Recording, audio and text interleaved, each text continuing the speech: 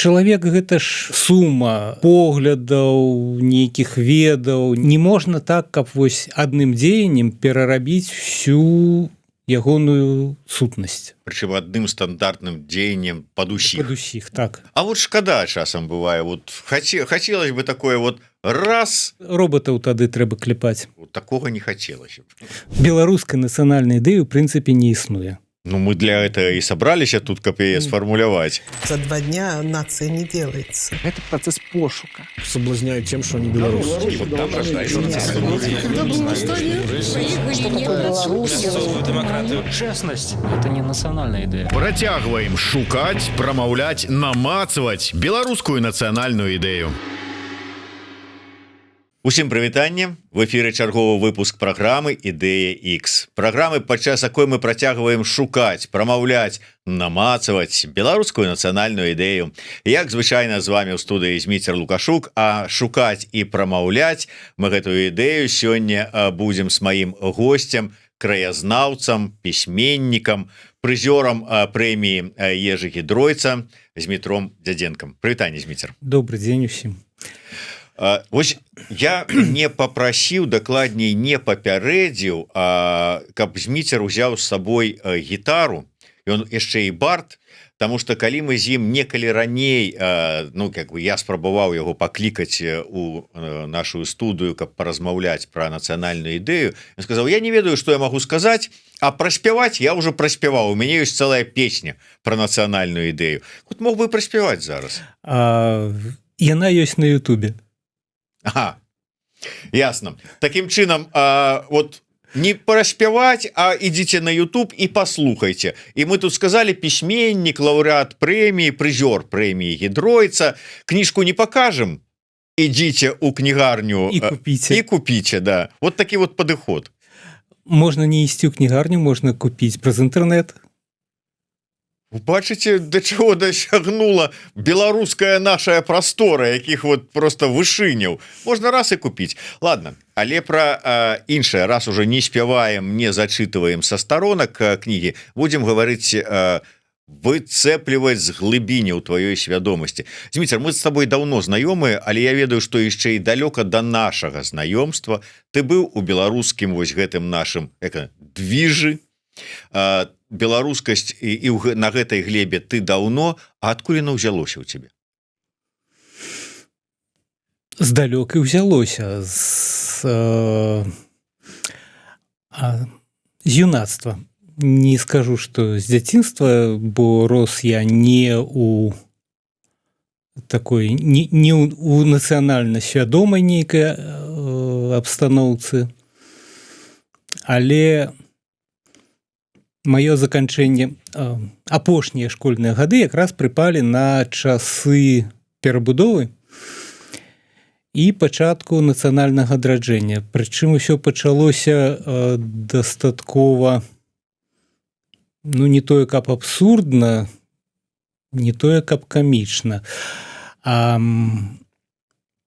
Пасля таго, як у 88-м годзе адбыўся разгон першых дзядоў, па ўсёй Беларусі тады пайшлі ідэалагічныя накачкі, у тым ліку па школах. Мне, як это называлася, палітінфарматару ў класе, наш класны кіраўнік, который быў за адным разам яшчэ і парторгам школы, кіраўніком партыйнай арганізацыі. А партыя тады была адна, камуністычная. Вось, і яму далі сваю накачку, што трэба казаць, ён гэтую накачку перадаў мне. Каб, значыцца, я пераказаў сваімі словамі тое, што ён напісаў. Вось, потым пасля таго, як это ўсё прайшло на ўзроўні класа, адпаведныя мерапрыемствы ладзілі на ўзроўні школы, і там нечакана выявілася, што адна з настаўніц нашай школы была якраз на гэтым мітынгу, на дзядах. Ось, яна паднялася і расказала тое, што і як яна бачыла, як там было. Мы з ёй потым вельмі пасябравалі, дагэтуль сябруем. Вось. Яна уваходзіла, тады была такая у Оршы, дзе я рос, суполка «Повязь». Ладзілі курсы беларускай мовы, ладзілі суботнікі па цэрквах, па касцёлах, бо тады гэта конец 80-х. Дзяржава гэтым не займалася ні якімі-небудзь там рэстаўрацыйнымі, ні рэканструктарскімі работамі. Вось. Карацей, вот так мяне сапсавалі з нармальнага ідэалагічнага палітінфарматара. Спихнули тебе на крывую сцяжынку беларускасці. Так. Дарэчы, што як это не дзіўна, але на тых першых дзядах у 88 годзе я таксама быў. І таксама быў затрыманы. Гэта было маё фактычна першае затрыманне менавіта на тых дзядах. Мне там напырскалі слезацечным газам. Вот, і я, ведаеце, подлетак такі, ну як подлетак, там 18 гадоў, сядзеў у аўтобусе міліцэйскім, слёзы цякуць, вот, а сядзяць тыя міліцыянеры і смяюцца, говорят: ну шо, плачаш? Попробоваў дэмакратіі сваёй. Так что вот так яно ўсё было. Дзіўная, ну, в сэнсе, такая прикольная сітуацыя. Бач, я ўжо не адзін раз чуў гэтую гісторыю, як вот нейкія такія абсалютна незвычайныя сітуацыі чалавека, які жыў нармальным жыццём, гаварыў на нармальным языке, не лез вообще в все гэтыя штукі, а вот потым раз там песню нейкую паслухаў і неяк зачапіла, верш пачытаў, на імпрэзу нейкую патрапіў і ўсё, і змяніла. Ёсць у мяне добрае тлумачэнне, але як, скажем, нерацыянальнае, метафізічнае. У расійскага пісьменніка Васіля Аксёнова ёсць такі выдатны твор «Востраў Крым». Так. Вось, там адна з лініяў гэта тое, як сярод гэтай моладзі, которая на востраве Крым жыве, пачынае распаўсюджвацца слэнг. Яны там яго, не памятаю ўжо як называюць, але ўрэшце адзін з персанажаў кажа, што, маўляў, ну, хопіць ужо глусіць самім сабе і іншым. Гэта наша мясцовая татарская мова.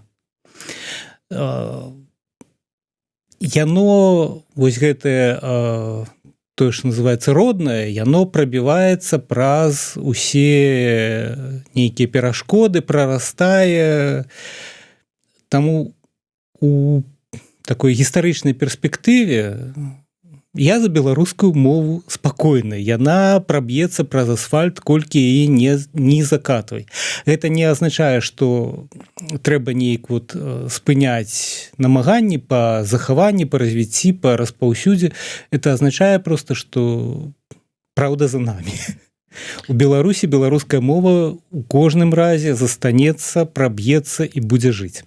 Гэта перакананне ці такі аптымізм можа быць нават нічым не абгрунтаваны. Я да таго, што, как бы кажаш, ты кажаш, што праб'ецца, а яно ёсць чаму прабівацца.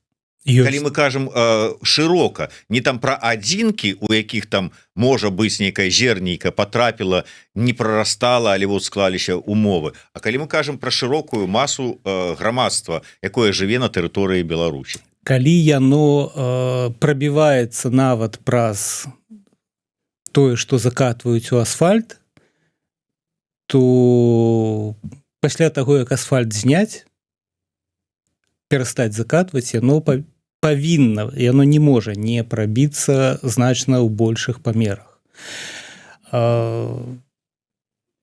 Калі на пачатку 90-х была прынятая праграма беларусізацыі, калі пачалі школы пераводзіць на беларускую мову, вот ужо неаднойчы я гэта бачыў, што пратэстаў супраць пераводу школаў на беларускую мову былі адзінкі. Таму што ну як бы там ні было, але беларусы у кожным разе разумеюць, адчуваюць каштоўнасць беларускай мовы для сябе, для захавання як нацыі, як этнасу. Я спадзяюся, што яшчэ не ўсё страчана ў гэтым сэнсе. Але вось, Зміцер, ты прыгадаў пра тое, што пратэстаў не было супраць перавода школаў на беларускую мову. Ну, людзі толькі што выйшлі з Савецкага Саюза. Гэты страх, ён яшчэ прысутнічаў. Як это выйсці на пратэст? Ну, как бы не вельмі. А ты ж паглядзі. Не выйсці на пратэст, нават лістоў не было. Нават лістоў, это ж все адно страшна. А ты паглядзі, это колькі часу прайшло з тых гадоў, калі беларуская мова была прызнана камуністычным вярхоўным саветам 12-го склікання адзінай дзяржаўнай мовы, ну ці 11-го, ці 11-го, ці 12-го, ну тады яшчэ камуністычны вярхоўны савет прызнаў. Але вось гэта тэза, што а пазняк прыйдзе і прымусіць вас гаварыць па-беларуску, ужас-то какой, а не загаворыце, то чемодан, вакзал, Россия, до гэтага часу жыве. З другой паловы 80-х гадоў. 26-й год уже на носу, а беларусы яшчэ пра гэта вот так вот, з такімі вачыма.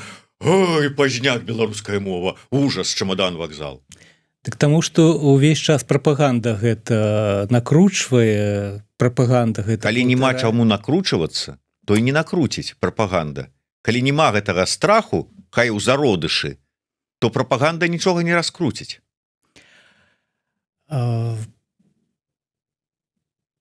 Ну, можа і так, але як працуе прапаганда? Яна бярэ там 1% праўды і накручвае 99 хлусні. І спасылаецца, што вот же ж праўда была, это 1%.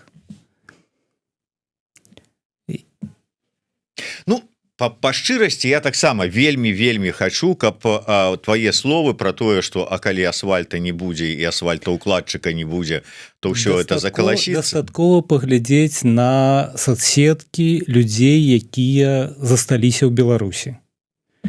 Там вельмі шмат, вельмі цікавыя людзі з'яўляюцца, якія пішуць па-беларуску, якія пераходзяць на беларускую мову цяпер, вось альбо недавно перайшлі. Гэта, ну, пры тым, што мы кажам, што беларушчына там неяк не падтрымліваецца, так, але як бы праз усё, праз гэта ўсё адно прабіваецца. Прычым самае дзіўным чынам, вот я заўважыў такія моманты, калі, да прыкладу, ну, чалавек, как бы, ну, ён прыхільны да беларускай мовы, але, ну, рускамоўны, там, піша па-расейску у Фейсбуку, там, ці ў Тэлеграме, а чамусьці ў Трэц прыходзіць і піша па-беларуску. Ёсць такое. Зараз увогуле в этом Трэцы такое адчуванне, што там, как бы, ён там, все беларусы там, все беларусізуюцца там, калі прыходзяць. Як это працуе, я не разумею. Ну, это, магчыма, алгарытмы Трэц, якія пачынаюць падганяць пад спажывальніка. Ну, я шмат допісаў бачыў, калі людзі пішуць, што так-то я ўвогуле паўсюль па-расійску, але вот тут я вырашыў по-беларуску. І з гэтай нагоды ў мяне пытанне іншае. Я часам людзям задаю, пачынаючы ад пісьменнікаў і спевакоў і заканчиваючы там, я не ведаю, там фізікамі ці хімікамі, кшталту такога. А вот, товарищ хімік, а можете вы якую-нибудь таблетку схімічыць, каб прыняў яе чалавек і беларусізаваўся? Ці пісьменнік, можете такую кнігу напісаць, а можа яна ёсць, гэтая кніга, мы просто яе не ведаем, это трэба падсунуць, каб чалавек пачытаў, і вот у ім вот как бы все гэта здзёрлася на насное і беларускасць папёрла. Вот оно ёсць такое ці нема? Не ведаю. Для мяне на мяне вельмі вялікі ўплыў, як і на большасць, відаць, аказаў Караткевіч, творчасць Караткевіча, але ці гэта універсальны сродак, я не ведаю, я сумняюся.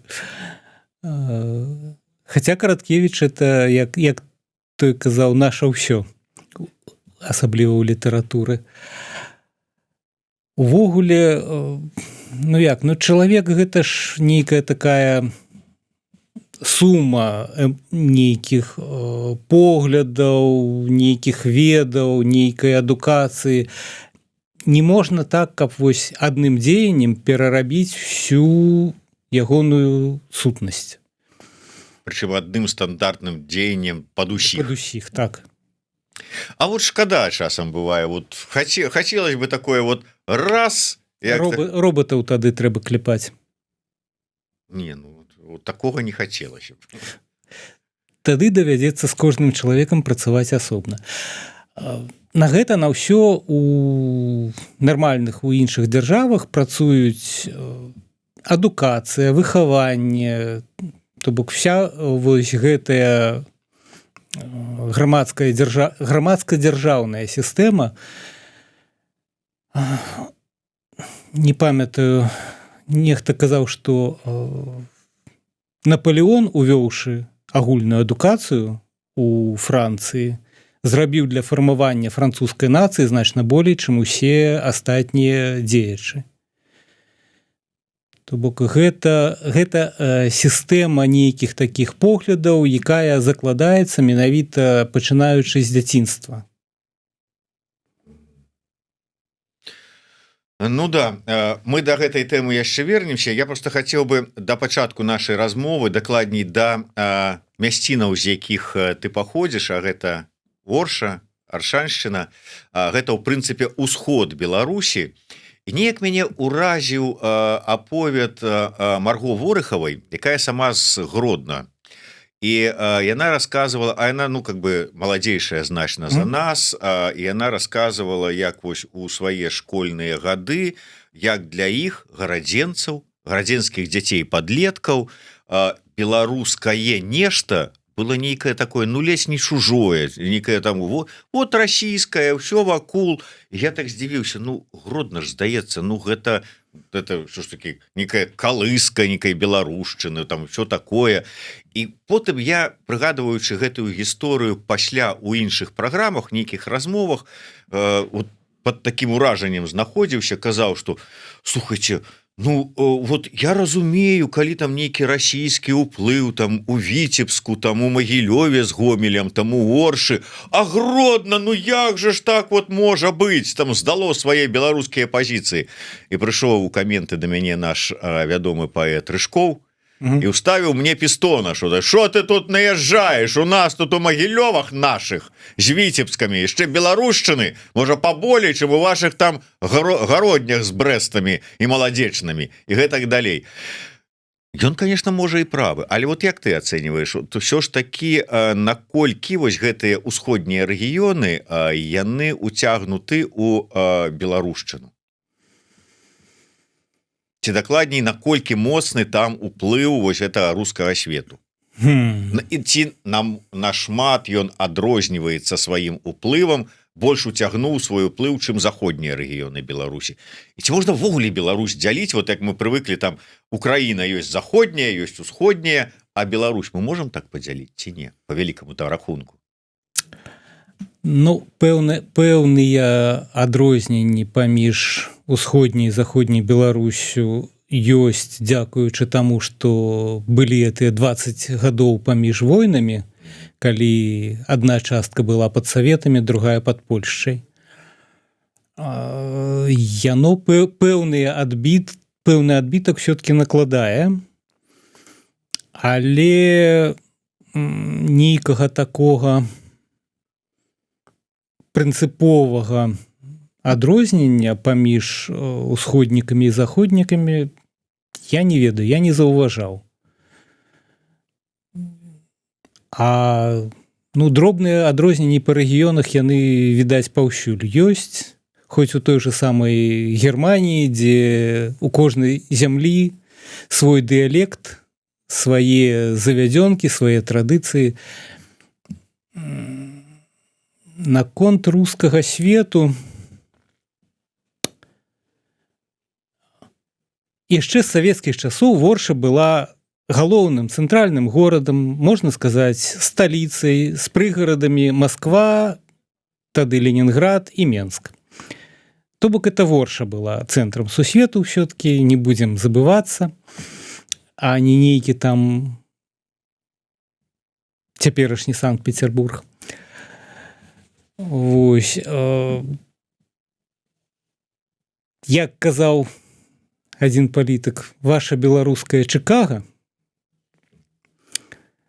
задавала, можна сказаць, тренды. Так што я не ведаю, рускі свет, ён стаў больш уплываць на ўсходнія,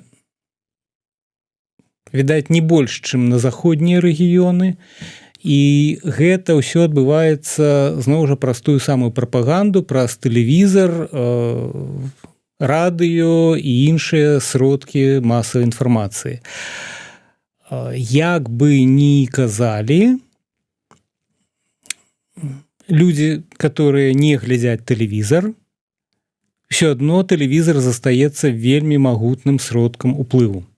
Калі, умоўна сказаўшы, з кожнага праса, з кожнага халадзільніка даносіцца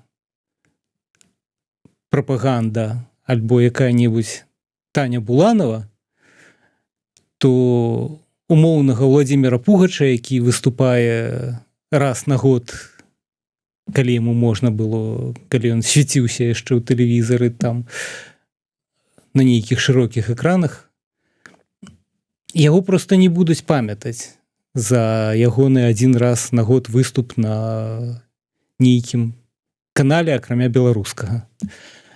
Тады як тую самую там расійскіх поп-зорак круцяць і расійскія, і беларускія каналы, і іншыя.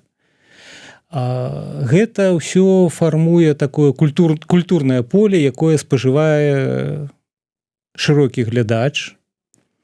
На гэтым тыя самыя дзеці растуць. Калі я сустракаю там відэа, дзе дзеці цытуюць расійскіх спевакоў, беларускія дзеці, альбо на відэа, альбо вот з Беларусі я не так даўно выехаў, яшчэ году няма. На вуліцах дзеці цытуюць расійскіх спевакоў. Не цытуюць беларускіх, яны іх не чуюць. Не чуюць, як трыгер для мяне спрацавала таксама гэтае слово. Я прыгадываю сваю паездку разам с Памідоравым Александром, і мы выступалі ў Штутгарце. Такая літаратурна-музычная імпрэза была. Вот. І я кажу, што ну вот паглядзіце, 20-й год, з якой цікавасцю на дваровых сустрэчах беларусы адкрывалі для сябе ўсё беларускае. Там беларускіх музыкаў, тры чарапахі Вольскага, тых же самых пісьменнікаў, гісторыкаў слухали з такімі вачыма, што мы што, оказывается, не толькі ў лапцях там хадзілі, мы ж яшчэ пад Воршай гэтым-то маглі настучаць, і ўсё астатняе. Говорю, а гэта ж усё было побач з вами. І Купалаўскі тэатр, каля якога вы пастаянна са сваёй там серабранкі у ГУМ ездзілі, але чамусьці не заходзілі. І кнігарня пісьменніка на тым же самым месцы стаіць, і там беларускія літаратары кніжкі свае прадавалі, можна было купіць, а вы не заходзілі і не бралі. А зараз вы глядзіце такімі вачыма, сваё, клас, а дзе вы былі раней? І адна дзяўчына паднялася і сказала, а гэта вы вінаватыя ў тым, што мы вас не чулі. Кажу, вот мы конкретно с Памідоравым, кажа, і вы ў тым ліку. Говорю, і як это мы вінаватыя? Ну, вот, а вы ціха нам пра гэта ўсё гаварылі. Так вот, не чулі ці ціха гаварылі? Ці як гэты працэс у беларускім грамадстве працуе? Зноў жа вяртаемся да тэлевізара, пад якім я так умоўна абазначаю ўсе СМІ. Пра крамбамбулю, напрыклад, чулі дастаткова шырока, хаця пра НРМ не чулі амаль нічога. Таму што крамбамбулі можна было выступаць на дзяржаўнай тэлевізіі, запрашалі там на нейкія імпрэзы кшталту там адкрыццё выставы газетныя, ты самыя яшчэ штосьці такое. Ось. Тром чарапахам месца не было. Было крамбамбулі. Як больш такому папсоваму праекту. Ось. У савецкі час, калі Бураўкін кіраваў тэлевізіяй, была кнігарня пісьменніка. Праграма, дзе расказвалі пра беларускія кнігі, дзе былі сустрэчы з пісьменнікамі. Што можна прыгадаць з сучасных? Так, ёсць у Навума Гальпяровіча праграма сустрэчы з пісьменнікамі і не ведаю, наколькі яна папулярная, але з такіх папулярных засталася, з беларускіх папулярных засталіся хіба што падарожжы дылетанта. Ось.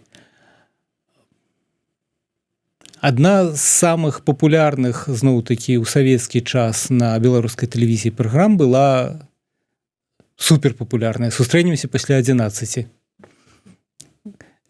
дзе музыкі і беларускія паказвалі і беларускіх, і іншых музыкаў, так?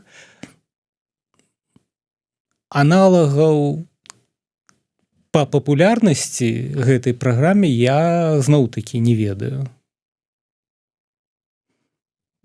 Можа быць, я кепска гляджу тэлевізор. Ось.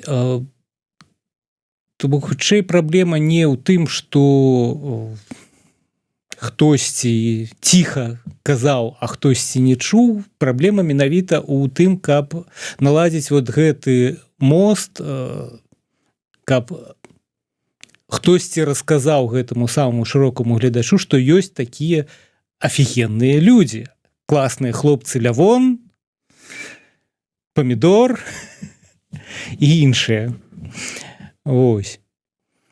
Вот якраз з гэтым звяном, якое мусіць працаваць на прапаганду, на нейкую перадачу інфармацыі, вот з ім затык.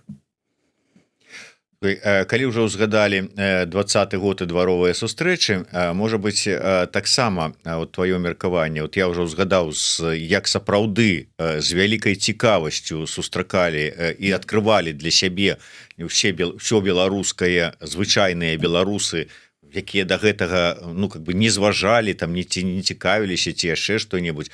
Мне, дарэчы, вось адзін дудар сказаў, які там жыў на раёне, дзе-то там у раёне Шабану, здаецца, дзесьці там, і кажа, это самае.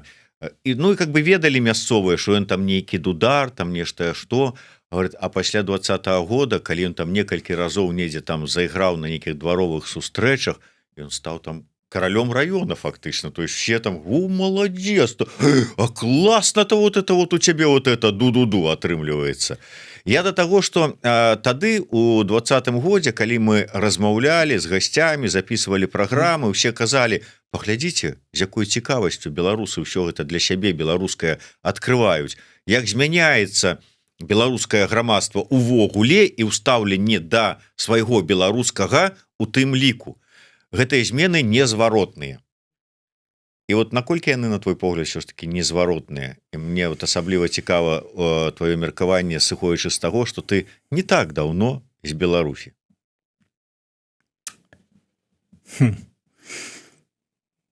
Добрае пытанне.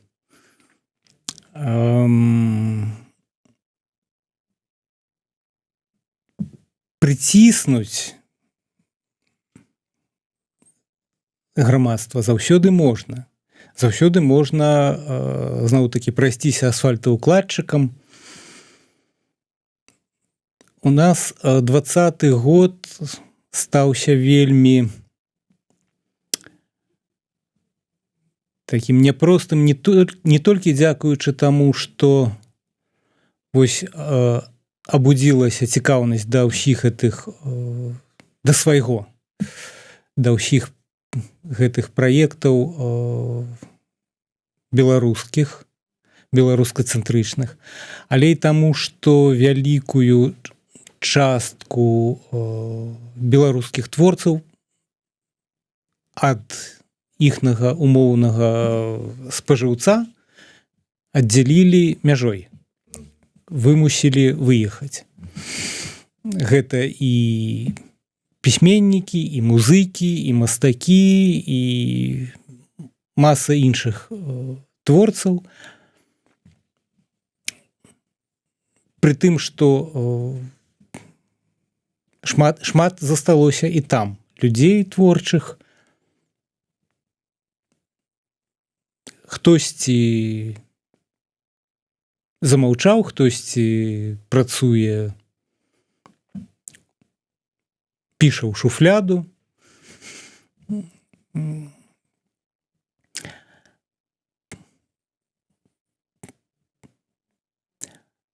Так, хутчэй за ўсё працэс незваротны, адно, што ён можа быць, будзе развівацца не па прямой, што называецца, а па спіралі. То бок яно ў нейкі момант будзе падавацца, што это рэтраградны Меркурый, што ўсё ідзе адкат назад, але ўсё адно яно вернецца да гэтых жа трендаў, да гэтай жа тэндэнцыі, але хутчэй за ўсё ўжо на іншым больш высокім узроўні. У перыяды адкатаў, якія ў Беларусі былі ўжо не аднойчы, у перыяды адкатаў, перыяды рэпрэсій, самае бяспечнае месца, самае такая сфера, дзе не было асаблівых праблем, гэта заўсёды быў сыход у фальклор і фальклорныя святы нейкія, там народныя звычаі. В прынцыпе, яно хутчэй за ўсё і зараз будзе збольшага канцэнтравацца ў самой Беларусі менавіта на усялякіх народных гуляннях, святах, адраджэнні фальклорных традыцый. Нездарма ідэолагі так наязджаюць на парк Сула, дзе святкуюцца усялякія фальклорныя, адзначаюцца фальклорныя святы. От яны адчуваюць нейкай кропкай, што гэта ўсё нясе ў сабе дадатковы фактар рызыкі для іх. Што это калыска, дзе нараджаецца працэс вяртання. Яно так і будзе. Але з гэтай нагоды таксама два пытання. Першае, ці не падаецца табе, што 20-й год быў, ну не то што памылкай, але заўчасным, карыстаюся тэрміналогіяй Олега Латышонка, які неяк сказаў, што заўчасны быў, можа быць, і паўстанне Кастуся Каліноўска, заўчаснае, не своечасовае, скажем так, тое ж самае. І ён казаў і пра салідарнасць, польскае паўстанне на першым этапе, вот, калі ён толькі пачыналася. І 20-й год. Ну, таму што відавочна было, што ну как бы не пераможаш. А як можна называць заўчасным тое, што выбухнула з самых нізоў? Вот я разумею, што там, ну, умоўна сказаўшы, Каліноўскі мог не ўзначальваць паўстанне, сказаць, што мы тут, вы там, хлопцы, сабе ў Варшаве паднялі паўстанне, а мы тут яшчэ пачакаем. Ну, умоўна, да? А што адбылося ў Беларусі? Хто кіраваў 20-м годам? Ну, это гледзячы каго слухаць. Там і лялькаводы, і Газпром, і ФСБ, і Ціхановская. Кацярына Андрэева накіроўвала пратэсты, за што яе і пасадзілі. Так, у камеру Белсата і казала, каму куды ісці. Но это ты яшчэ с нашага так как бы так беларускага глобусу глядзі, што Катерина Андреева ўсё ж таки свая, а былі яшчэ там, знаете ли, ФСБшныя лелькаводы. І югослаўскія і чэхаславацкія. Точно. Все были. Угу.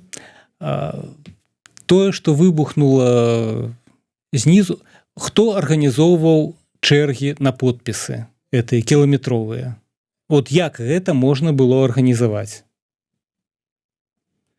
Хто і як мог сабраць тыя самыя сотні тысяч на мітынгі, калі перад гэтым на апазіцыйныя мітынгі прыходзіла там па 100-500 чалавек? Як там это Кубракоў ці які там яшчэ чорт нейкі сказаў, што плацілі там паколькі там ці па 10 ці па $15? Ага, это было яшчэ да Кубракова, это, господи, спачатку 2000-х там, по-моему, ці то па 10, ці то па 20. А к 20-му стаўкі павінны былі падняцца. Павінны былі падняцца, інфляцыя. Вось. І ўласна сказаўшы, а калі былі гэтыя выплаты кожнаму, хто прыйшоў, дзе тыя пункты, дзе раздавалі бабкі? Это ж можна было вылічыць і взять касу. Сразу бачна чалавека з то самого Чикаго нашага мясцовага аршанскага. Што ж взять касу, говорит. Ну, то бок можа быць яно, як той казаў, і было заўчасным, але ну, прадухіліць гэта не было ніякай магчымасці. Так склалася гістарычна. Колькі па першым часе вось гэтую сітуацыю, гэтую рэвалюцыю, як кажуць, называлі нацыянальна-вызвольнай дзесьці нават рэвалюцыяй, там нейкай буржуазнай рэвалюцыі. У любым выпадку, ці быў нейкі нацыянальны складнік у гэтым вот руху народным? Божачкі ты мой. Я до того, что ну ходили ж люди такими колоннами прыгожими, под чырвона-белыми сцягами, «Жыве Беларусь» кричали, але насамрэч. А што мы зараз разумеем на ўвазе пад нацыянальным складнікам? Ну, ці хацелі яны сапраўды зрабіць Беларусь нацыянальнай беларускай дзяржавай?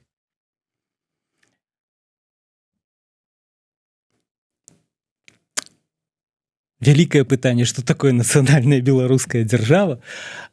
Людзі найперш выйшлі для таго, каб быць гаспадарамі у сябе дома.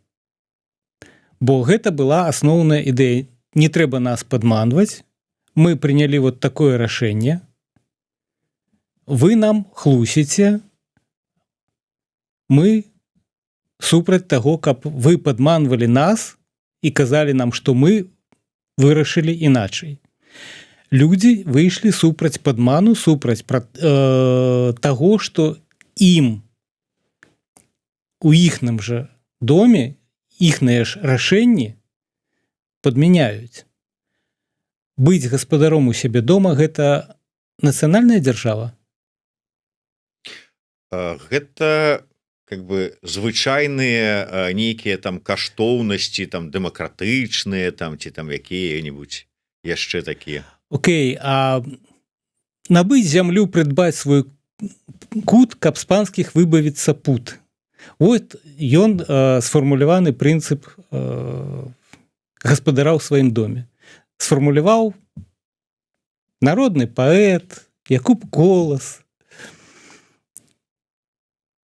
Ну, быць беларусамі, грамадзянамі і гаспадарамі ў сваёй дзяржаве. Вот быць беларусамі, быць грамадзянамі, гэта да. Але наколькі беларусамі і што маецца пад проста беларусамі? Таму што я ўжо не адзін раз расказваў гэту гісторыю, як я там падышоў да калоны, марш быў на раёне. У нас там каля Зубра, каля медінстытута. Вот, і стаяць людзі под чырвона-белым сцягам. Я да аднаго падыходжу і кажу: вот што вас сюды вывела? Ён кажа: я супраць Лукашэнкі, но я за Россию и за Путина. Стаіць под чырвона-белым сцягам. Другі такі ж самы, я супраць Лукашэнкі, я за незалежную Беларусь, но не прыставайце ко мне со сваім беларускім языком. І трэці побач, які там і супраць Лукашэнкі, і за незалежную Беларусь, і за беларускую Беларусь. Вось такія мы розныя. І, дарэчы, тое, што у 20-м годзе выходзілі супраць Лукашэнкі, але не супраць Пуціна, такія таксама былі, так. І вон мы бачым зараз, што некаторыя з удзельнікаў пратэстаў ваююць на баку Расіі супраць Украіны. Гэта я да таго, што, як гэта сказаў Павел Церашковіч, у беларусаў ёсць такая абраная ідэнтычнасць. То бок, калі ты ў пэўны момант вырашаеш, кім ты будзеш, як у братоў Івановскіх, да? Ну, па вялікім рахунку, нацыя разглядаецца у некаторых даследаваннях як все-таки канструкт штучны, гэта не этнас. Нацыя, як у нас у школе вучылі, это супольнасць, якая ўзнікае даволі позна.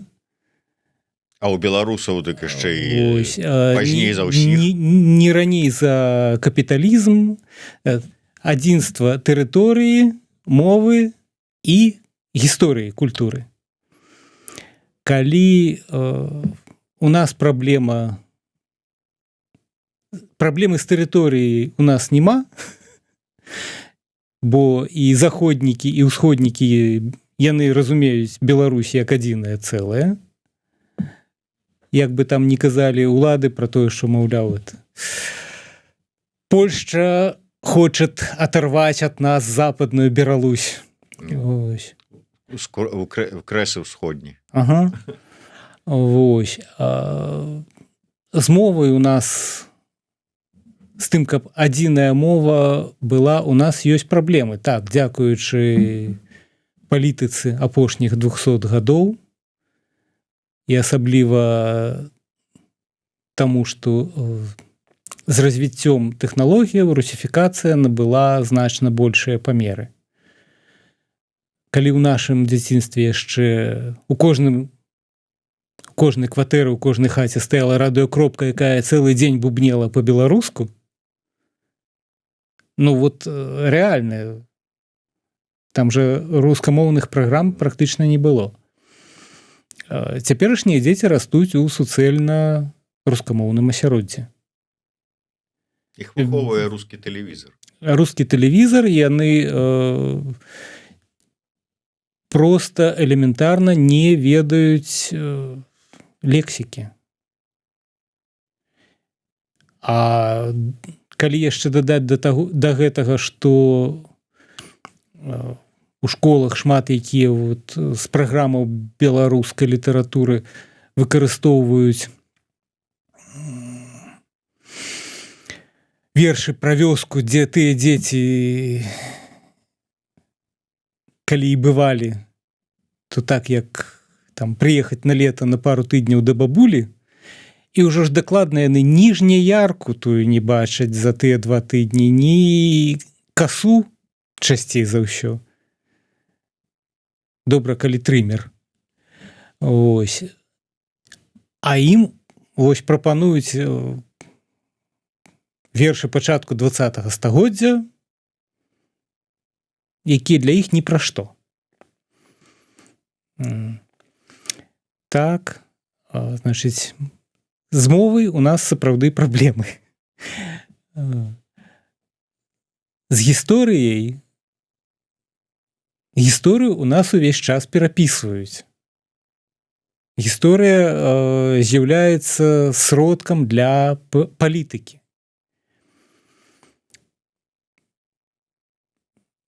Прычым я не скажу, што і у пачатку 90-х, калі большы такі ўхіл быў у нацыянальную гісторыю, таксама ўсё было гладка.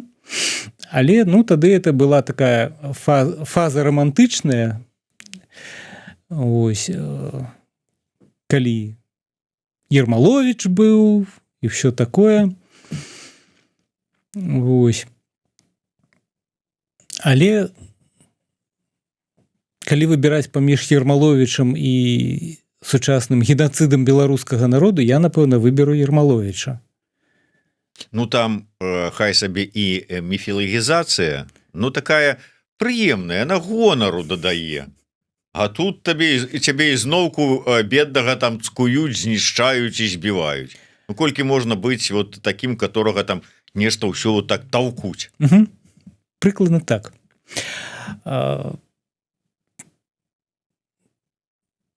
Так што у нас сапраўды ёсць вот гэтая праблема з нейкай такой самаідэнтыфікацыяй.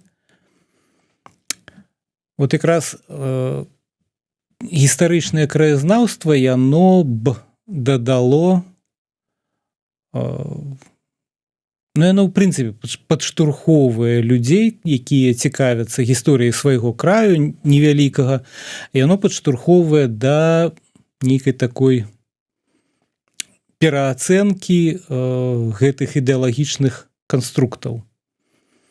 Калі я чытаю пра сваю воршу, даведваюся там пра Аршанскую бітву, даведваюся, што пра аршанскага харуджага Кміціца пісаў Генрык Сянкевіч, у яго Кміціц, а рэальны персанаж быў Кміціч.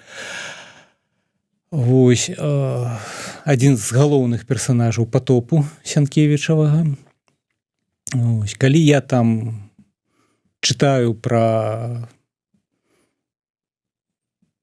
тое, што у Воршы у 18-м годзе дзейнічаў беларускі нацыянальны камітэт, туды прывозілі з паказам, Голубок прывозіў свой тэатр, паказвалі Паўлінку, ось, і гэтак далей. Я неяк вот пачынаю все гэтыя гісторыі пра рускі свет ацэньваць іначай. Калі я чытаю, што аршанцы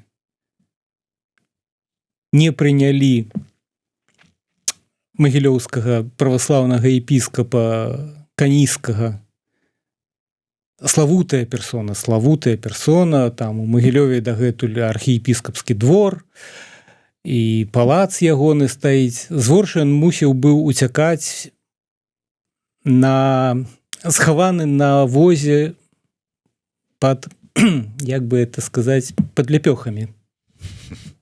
Пад гаўнякамі, кароўямі. Ну, пад ляпёхамі. Вось, бо аршанцы яго выгналі. Гэта вот, ну, як бы яно дае нейкую такую прышчэпку ад прапаганды. Але як вот гэтую прышчэпку, вот гэтае чытво, вот гэтае бачанне праз прызму свайго перадаць іншым, таму што ну такое адчуванне, што вось гэта ўсё ну неяк не ўспрымаецца.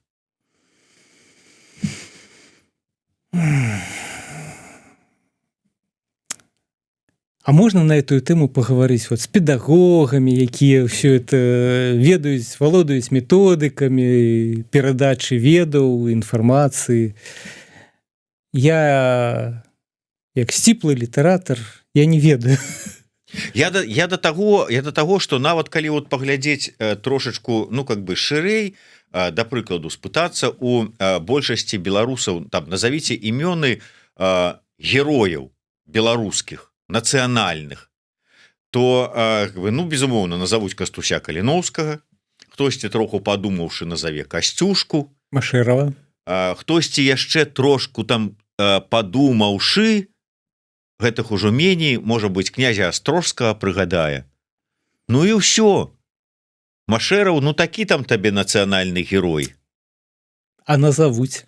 Ну, а назавуць, да. Ну і ўсё, у любым выпадку 3-4 імёны. І і ты думаешь, і вот гэта пантэён герояў у наших гістарычных, что это за нация, у якой пантэён герояў на пол Таму што пантэон веданне пантэону закладаецца той самай школай. Умоўна сказаўшы, кожны жыхар Расіі ведае Івана Сусаніна, которага насамрэч подзвіга якога ніколі не было, але ўсе яго ведаюць са школы. Да, тут безумоўна згодны, тому что у нас-то таксама герояў і сваіх там і Сусаніных і не Сусаніных было вельмі шмат, але чамусьці вот беларусы не маюць пра іх інфармацыі у такім вот шырокім полі. Не хапае нейкага, я не ведаю, там фільмаў «Храбрае сердце», каб табе там раз і там пра нейкага героя, пра свайго беларускага Волеса там. Трэба спытацца ў Белсата, чаму ён здымае мала фільмаў. Да вообще філоніць. І пажадана з кім-небудзь это самае, з якой-небудзь Зендаяй, альбо яшчэ з кім з модных сучасных. Ну, да, нічого страшного. Зараз вот атабарыцца добра у ЗША Ціхановскі, дамовіцца з Netflix, будзе там да іх пісаць сцэнары, і ўсё пойдзе как надо. Жарты жартамі, але Зміцер, як да краязнаўца пытанне. Що ж таки, вывучаючы дзесьці там гісторыю краю, чытаючы вось гэтыя архівы там пра свой родны край, там Воршу, малую, так сказать, радзіму і гэтак далей.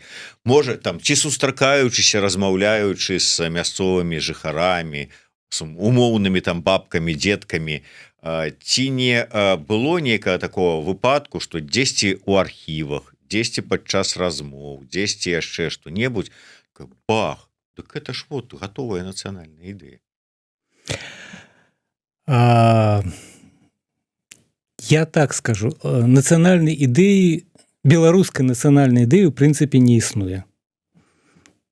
Ну, мы для этого і сабраліся тут, каб яе сфармуляваць. І яе не можа існаваць у прынцыпе, як і кожнай нацыянальнай ідэі. Ёсць адзін прынцып, што кожная нацыя імкнецца стварыць для сябе дзяржаву. Але нацыя, як мы ўжо казалі, узнікае дастаткова позна на гістарычным этапе. Некаторыя даследчыкі, як той самы Гелнер, увогуле кажуць, што нацыю стварае нацыяналізм, то бок спярша з'яўляецца ідэя, памкнення, а потым ужо гэтая ідэя пад сябе фармуе нацыю. То бок, а паколькі у нас нацыянальнай ідэі няма, то і нацыю не сфармавалася. У нас ёсць адзінства тэрыторый, гісторыі і разуменне беларускай мовы як агульнай каштоўнасці. Хай не ўсе гавораць па-беларуску, але пра каштоўнасць беларускай мовы, здаецца, акрамя зацятых рускамірцаў не спрачаецца ніхто. Добра, а ідэя, якая, па тваіх словах, мусіла фармаваць нацыю, то есть не было, нема, а нацыя што тады не сфармавалася? А нацыя ёсць, в сэнсе, так як і ва ўсіх астатніх. Жыць у сваім доме і быць гаспадарамі ў сваім доме. Гэта не беларуская, это агульная нацыянальная ідэя. Кожная нацыя імкнецца быць гаспадаром у сябе дома. Это французы імкнуцца быць гаспадарамі ў сябе дома, немцы, італьянцы, беларусы. Гэта не нейкае... Это універсальнае памкненне. Але ёсць адметнасць. Ведаеш, як некалі сказаў тот самы Павел Севярынец, ну вот Христос же ж ён как бы для ўсіх, але для беларусаў Христос гаворыць па-беларуску. І тут атрымліваецца, ты как бы кажаш, ну, агульная ідэя, якая аднолькавая для ўсіх нацый, але беларуская адрозніваецца чым? Нічым? Нават мова і не адрозніваецца. Я ж кажу, што мова і гісторыя. у кожнай нацыі яна свая. Для расіян Касцюшка сепаратыст, Сувораў герой. Для беларусаў наадварот. Для палякаў Пілсудскі герой, для беларусаў як мінімум асоба персона спрэчная. То бок кожная нацыя яна фармуе свой погляд на тую самую гісторыю. Гэтым яна адрозніваецца ад суседзяў, ад іншых нацыяў. Але як бы асноўныя прынцыпы яны універсальныя. Так што, казаць, што вот нейкая там беларуская нацыянальная ідэя. Вот амерыканцы з гэтым абышліся прасцей. У іх няма ідэі, у іх ёсць American Dream, мара, што кожная папялушка можа прабіцца ў прынцэсы.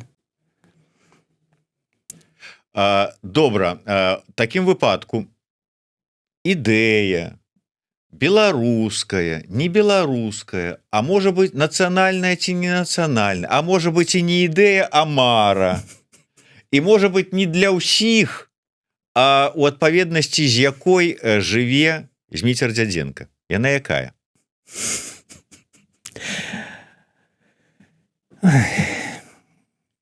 Так, яшчэ раз. Нацыянальная ідэя, нацыянальная мара – гэта тое, што агульнае для ўсіх. Умоўна сказаўшы, у гэтай нацыі. Калі чалавек для сябе нешта вызначае, это ягонае персанальнае, это не нацыянальнае. Добра, тады два. То есть мы можем вызначыць нейкую такую вось агульную нашу беларускую мару. Давай уже не будем хапацца за гэтыя словы нацыянальныя там ці яшчэ што-нибудь. Нашу беларускую мару. Вот твоё бачанне, якая яна?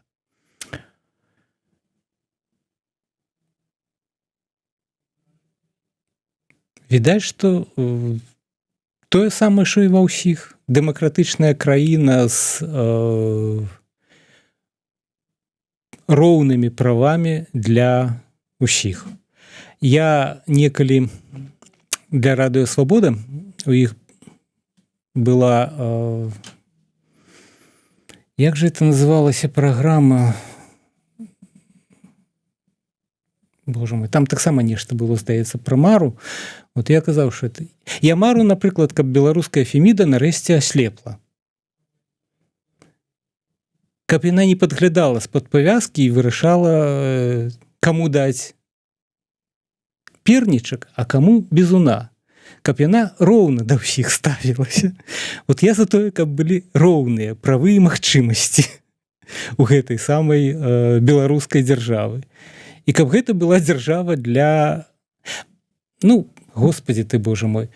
Дзяржава – это толькі апарат, толькі сродак. Ось.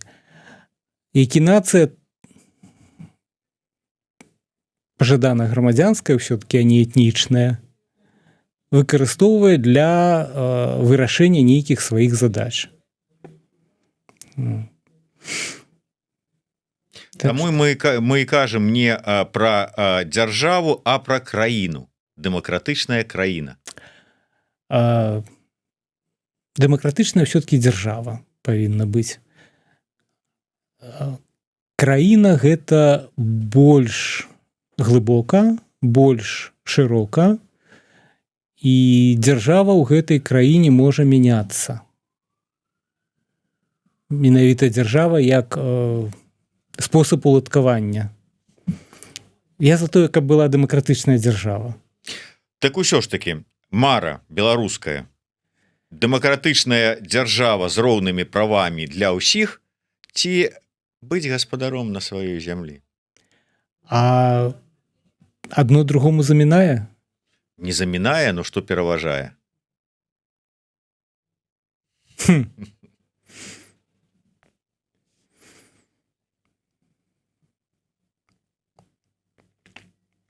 «50-50». Вось такі ён наш пісьменнік Две душы, як сказаў Максім Гарэцкі. Дакладна. Дарэчы, а ў тваёй кніжцы можа быць таксама зашифраваная, там вот ёсць нейкая такая мара, ідэя, бачанне. Не скажу. Чытайце. Читайте. Бачце, у любым выпадку дэмакратычная дзяржава з роўнымі правамі для ўсіх і быць адпаведна быць гаспадаром на сваёй зямлі, такая вось нацыянальная ідэя, беларуская мара, просто беларускае бачанне ці просто бачанне таго, як нам варта жыць у нашага госця, пісьменніка і краязнаўцы Змітра Дзядзенкі. Зміцер, адмыслова для цябе, паколькі ўсё ж такі пра этнаграфію мы таксама гаварылі, схавалі гэта апошні асобнік, можна сказаць, гэтай нашай цішотачкі адмыслова для цябе. Так што, калі ласка, і мінулае і будучыня, але ўсё пад каляднай зоркай, тым больш што мы Зоркаю пагоні. да, пад зоркай пагоні, тым больш што з табой мы размаўляем напярэдадні калядаў. Дзякуй вялікі. Зміцер Дзядзенка быў нашым госцем. Зміцер Лукашук для вас працаваў у студыі. Дзякуй яшчэ раз. Жыве Беларусь. Жыве вечна.